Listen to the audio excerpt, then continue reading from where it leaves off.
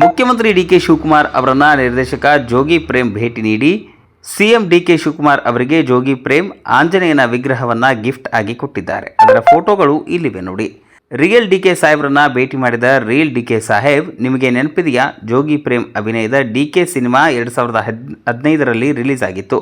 ಈ ಚಿತ್ರದಲ್ಲಿ ಡಿಕೆ ಸಾಹೇಬ ಅಂತಲೇ ಸಾಂಗ್ ಇದೆ. ಅದು ಯಾವಾಗ ಜೋಗಿ ಪ್ರೇಮ್ ತಮ್ಮ ಚಿತ್ರಕ್ಕೆ ಡಿಕೆ ಅಂತ ಹೆಸರಿಟ್ಟರೋ ಆಗಲೇ ಇದು ಡಿಕೆ ಶಿವಕುಮಾರ್ ಅವರ ಜೀವನಾಧಾರಿತ ಕತೆ ಇರಬೇಕು ಅಂತ ಹಲವರು ಭಾವಿಸಿದರು. ಆದರೆ ಡಿಕೆ ಚಿತ್ರಕ್ಕೂ ಡಿಕೆ ಶಿವಕುಮಾರ್ಗೂ ಯಾವುದೇ ಸಂಬಂಧವಿಲ್ಲ.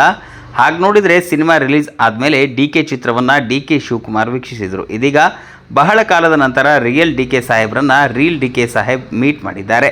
ಸಿಎಂ ಡಿಕೆ ಶಿವಕುಮಾರ್ ಅವರನ್ನ ಭೇಟಿಯಾಗಿ ನಿರ್ದೇಶಕ ಜೋಗಿ ಪ್ರೇಮ್ ಆಂಜನೇಯನ ವಿಗ್ರಹವನ್ನು ಉಡುಗೊರೆಯಾಗಿ ನೀಡಿದ್ದಾರೆ. ಆಂಜನೇಯನ ವಿಗ್ರಹವನ್ನು ಸ್ವೀಕರಿಸಿ ಡಿಕೆ ಶಿವಕುಮಾರ್ ಸಂತಸ ಪಟ್ಟಿದ್ದಾರೆ. ವರದಿ ವೇದಮೂರ್ತಿ, ಪ್ರಜಾಪವರ್, ಬೆಂಗಳೂರು.